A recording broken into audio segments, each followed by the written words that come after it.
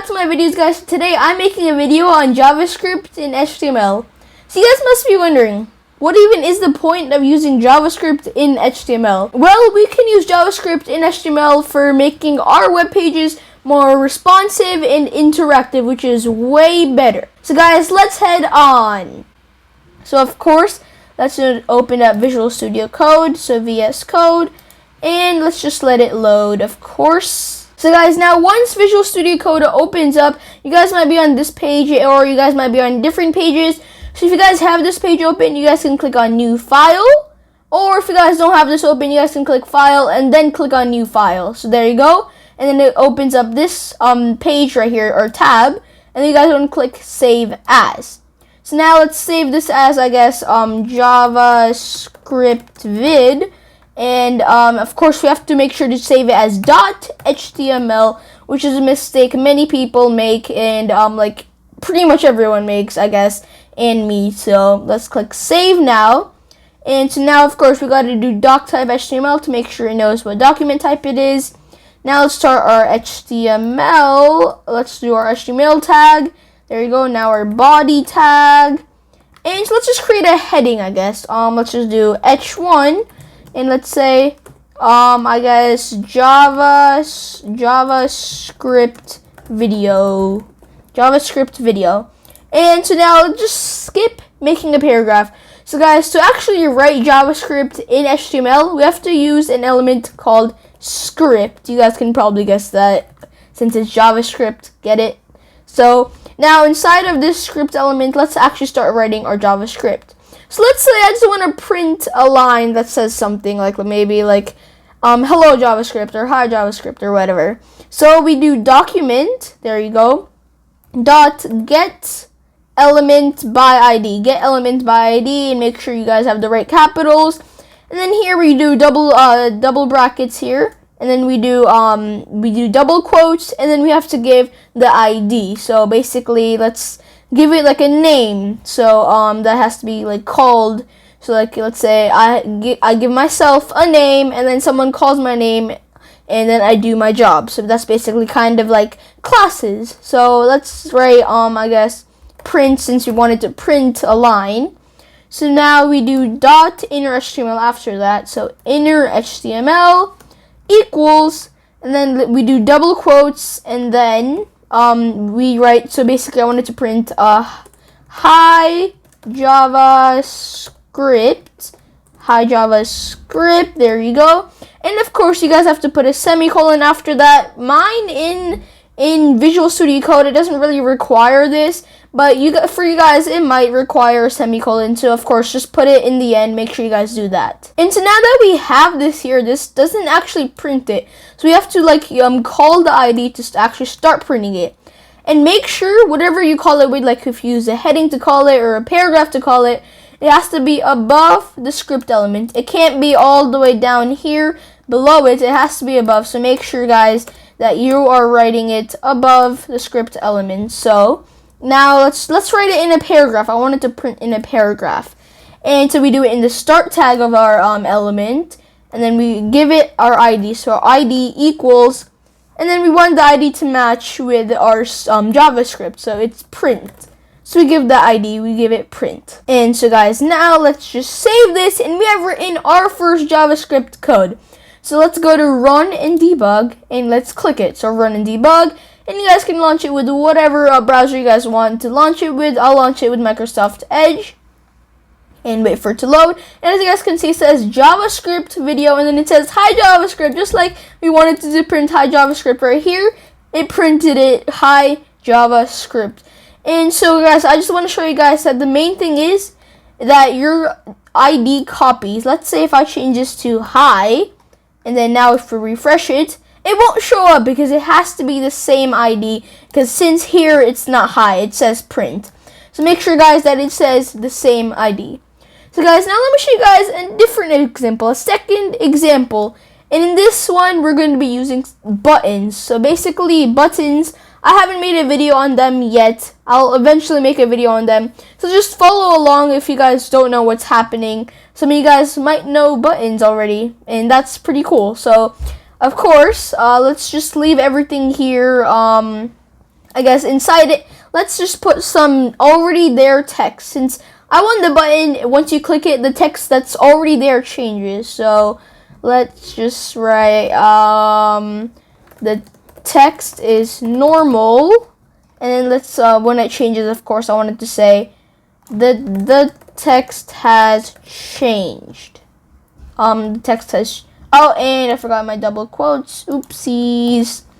And also, I don't know if I explained why we put inner HTML. So basically, what inner HTML is for, is for writing text when you're writing text, or if you're doing built-in methods, which I'm going to show you guys right after this, a built-in method that's already there. So the text has changed, and the text is normal. Let's just put a period instead, of course. So now let's start creating our button. But before we do that, we also have to put this in a method or a function, basically. Since we don't want the function to be called unless the button is clicked. And once the function is called, it will run this line, which basically changes the text. And so that's what it does. It changes the text once the button is called. So let's make this a function. Let's write function. Let's name it. Let's change it to change text. There you go. And let's do these two brackets, and then we do our curly brackets, of course. And so I want the curly bracket down here for this. There you go. So we have created our function called change text. So now for our button, it can be underneath or above our script element, since this isn't the one with the ID. So let's just put our button up above it. So let's put our button right here.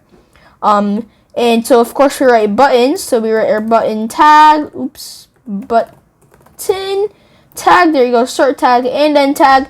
And, of course, in the start tag of the button, we first have to do type equals button. And then after that, we write on click. And that just means, whenever you click, what will happen. So we want it to run the function change text. There you go. And we put our, of course, our two brackets for the change text function. So now basically what this will do is once you click on the button, it will change the text from the text is normal to the text has changed. So let's refresh the page. Let's go back, and I forgot to put some text. Of course, you guys can put some text in the button. So say click me, and let's refresh it. Let's go back. So now inside it says click me. So let's click it. So right now the text is normal. Now let's click it. And the text has changed. Oh my god. Yes, it worked, guys. The text has changed. That's what we did. So, guys, now let me just show you guys this one thing. And the thing is, by putting this function right here, let's just refresh it. So, by putting this function right here, it doesn't automatically change the text. Before I showed you guys, it automatically put the text. But now, since we have this function right here, it actually stays until we actually press click me, and then it makes the text change, which is pretty cool. So guys, now let me show you guys a built-in function that was already there. So let's, of course, let's just, I guess, comment out this, or let's just keep it. So now let's do a function called date. So it's called the date with capital D. There you go. And then we, of course, have to put these brackets for the function. Let's refresh it. So basically, of course, we have to click the button to show the date. Click. And now, it shows the date and also the time. Look, it's Saturday, November 27th, and it's just more, and then it's Eastern Standard Time, and it gives you the exact second too, 49. And then if you click it again, of course, it'll just keep refreshing the time in case if you guys are. So that's pretty cool, and there are many built-in functions that you guys can do, so you guys can also play around with that. So guys, now let me just do this last example, and that's instead of using inner HTML, so let's just leave this. Instead of doing inner HTML, let's say you want to change the background or maybe the color of the text. So now, basically, let's highlight this, and so now we do dot style first of all. Then we pick what we want to do. So I want to do background. I want to do